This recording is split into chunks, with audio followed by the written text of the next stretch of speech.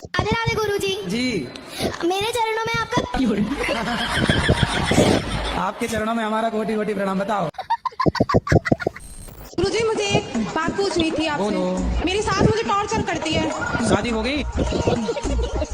ये बोलती है कि तू मेरे लड़के के लायक नहीं है, मैं दूसरी शादी करूंगी। तो बोली आंखें तब फूटी थी शादी के पहले? छोरी तब अंधी थी क्या? ये बोलती हूँ ना तो मुझे मारती है। मारेगी? तुम ना बोलना, ऐसे मैं ही बोल सकता हूँ। गुरुजी मेरा ये सवाल था कि जैसे मैं अपने ससुराल में किसी के पैर छूती हूँ तो मुझे मतलब चक्कर आ जाता है, मैं गिर जाती हूँ। और जैसे पैर छूती हो तो चक्कर आ जाते हैं? सिर्फ सास ससुर बस को छोड़ के ऐसा नहीं बहाने में गिर जाती हो कि बहाना छूना पड़े। राधे राधे गुरु जी। जी। महाराज जी, जब से हम आपको फॉलो किए तब से मतलब कि हमारा एक्सीडेंट हो गया कि हम तुरंत कुमाम चल गए।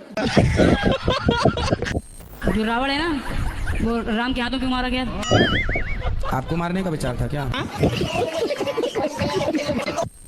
किसी भी लड़के से हमें प्यार व्यार के चक्कर में नहीं पड़ना चाहिए। हमने कई बार कहा है, कोई आपसे प्यार क्यों करेगा? चिंगम खाई हो? नहीं। चिंगम नहीं खाई हो? अरे फिर कैसे समझाए?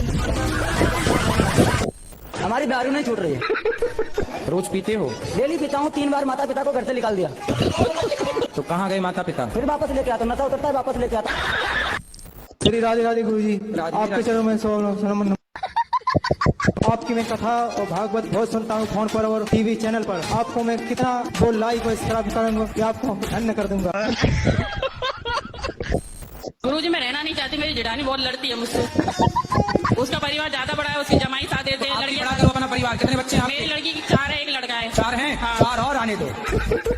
8 की फौज इकट्ठा करो, उसकी छाती पे चढ़ो। राधे राधे गुरुजी। जी। कैसे हो आप? कृपा है। गुरुजी हमेशा भगवान का नाम मन में चलता रहे, इसके लिए क्या करें? अभी मजा आएगा।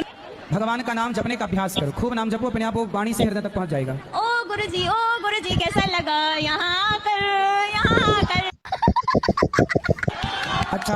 अच्छा लगा यहाँ आकर।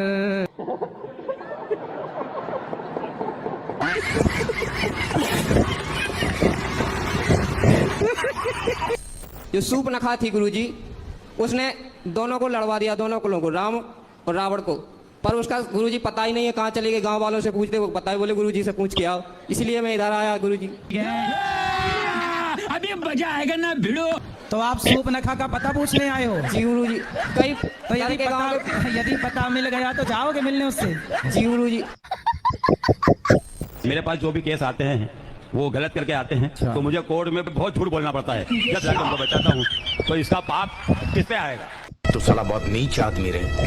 ये बताइए कि आप जब किसी का केस लड़ते हैं तो आपको ये पता होता है कि ये आदमी गलत है या सही है? बिल्कुल बिल्कुल पता लगता है हमको, हम पहचान लेते हैं, जान लेते हैं। कोई बलात्कारी आपके पास आ जाएगा तो क्या आप उसे भी जिता देंगे? यदि आप बिल्कुल बिल्कुल, हमारा पेशा ही है ना ये। यही नहीं, अभी और सुनिए। तो यदि गलत है तो फिर गलत को आप मत जिताओ। आप कहो भैया मैं झूठ नहीं बोल सकता, मैं नहीं करता। हम कैसे नहीं लड़ सकते साहब?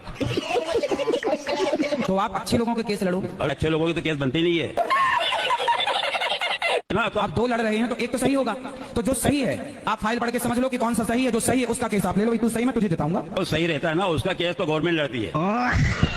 तो गुरु जी मुझे ये जानना है कि क्या मतलब शादी में माता पिता की राजी होना जरूरी है क्या? बिल्कुल, माँ बाप की राजी मर्जी होना बहुत जरूरी है। अगर माता पिता में से माता राजी है, पिता राजी नहीं है, पिता राजी है तो माता राजी नहीं है। तो ऐसा क्यों करना है कि एक राजी है और एक राजी ना हो? क्योंकि दोनों की राजी से जब आप पैदा हुए तो दोनों की राजी से विवाह भी होना चाहिए ना।